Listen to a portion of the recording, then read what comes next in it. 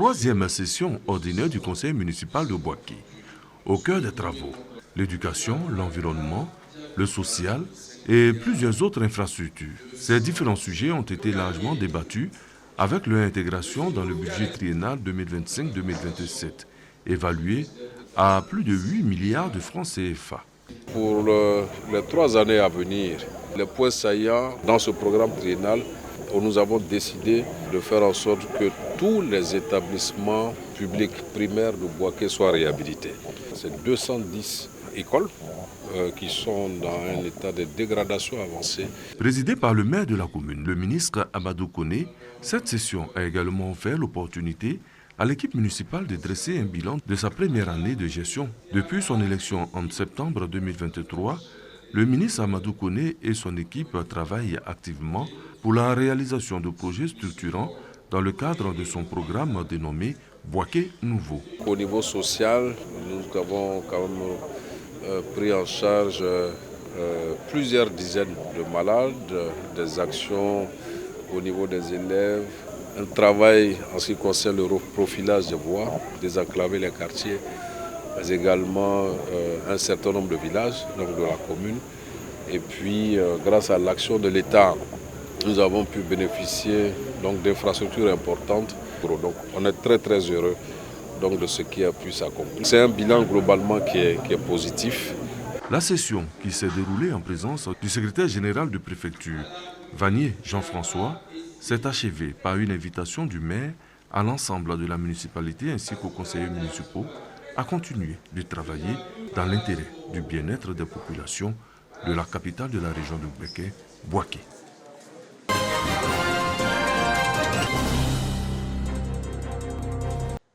Traduction de la recommandation de l'UNESCO sur l'éthique de l'intelligence artificielle. Ce sujet fait l'objet d'un concours lancé à l'université Alassane Ouattara qui met en compétition tous les bacheliers des universités et grandes écoles de Côte d'Ivoire. L'initiative est de la chaire UNESCO de biotique qui s'inscrit dans le cadre de la phase 2 du projet.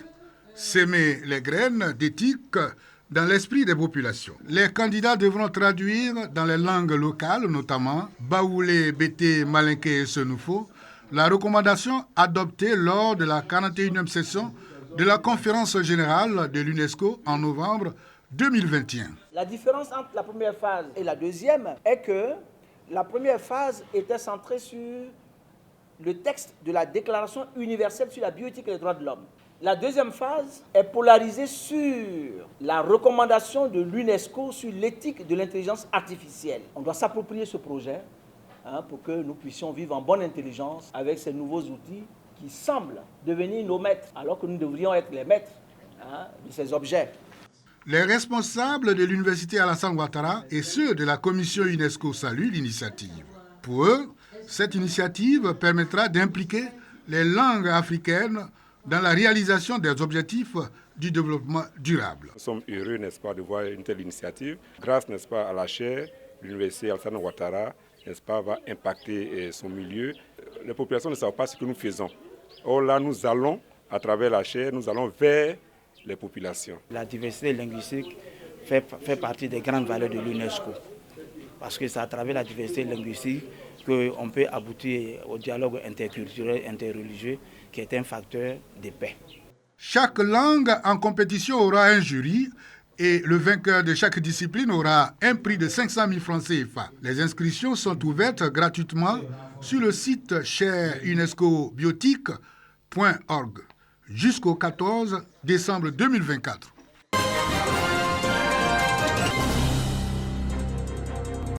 Rentrée scolaire 2024-2025. Les lycées et collèges publics et privés de Boaké, chef-lieu de région de Gbeke, ont effectivement débuté l'année scolaire avec presque la totalité des effectifs de leurs élèves, comme c'est le cas au lycée classique. Les retardataires sont surtout ceux qui ont fait des transferts et qui n'avaient pas eu assez tôt de résultats de leur transfert, ce sont ceux qui sont encore à la peine. Et également ceux qui ont fait les réaffectations qui ont eu des résultats peut-être un peu tardivement. Pareil dans ce collège privé avec une capacité d'accueil de 1200 élèves.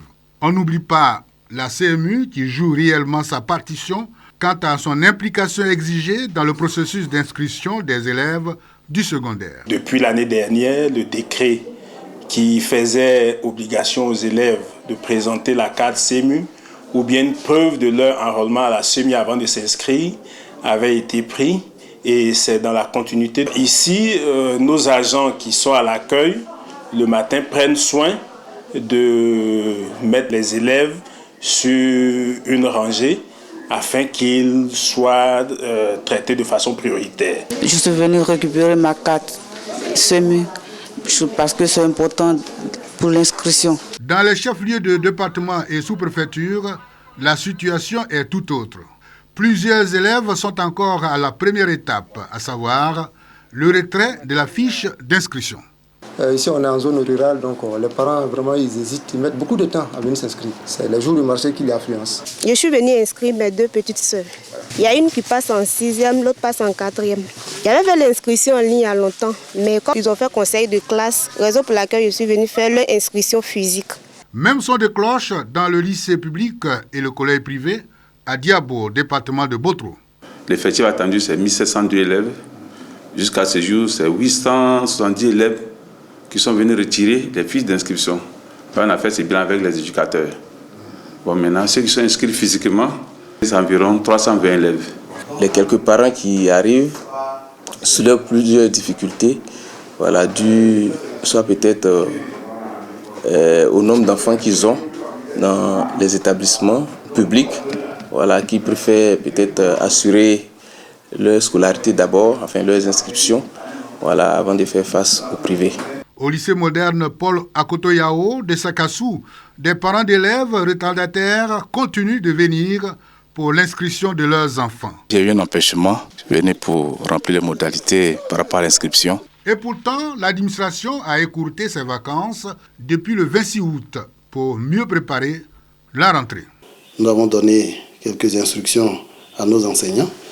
Nous leur avons demandé d'être à l'école en vue du début effectif. Nous avons aussi passé le message dans les lieux de culte. Les enseignants, peu motivés du fait de l'absence des élèves en salle de classe. Quand je causais un peu à les parents, c'est ce qu'ils disaient. Beaucoup parlent de moyens financiers. Bon, nous leur disons que voilà, on peut commencer et puis au fur et à mesure acheter les quelques fournitures, puisque déjà on ne paye pas grand-chose à l'école ici. Ici, certains élèves usent de l'astuce de la souris face au chat. Le proviseur a pris une décision ferme pour le début effectif des cours dans son établissement. Ce que nous constatons, les enseignants, quand ils vont à la première heure, que les élèves ne sont pas là, très souvent, ils ne vont plus aux autres heures. Les élèves aussi, quand ils arrivent, quand ils ne voient pas l'enseignant à la première heure, ils rentrent chez eux. À partir de demain, nous allons fermer le portail. Seuls les élèves habillés en tenue auront accès à l'école.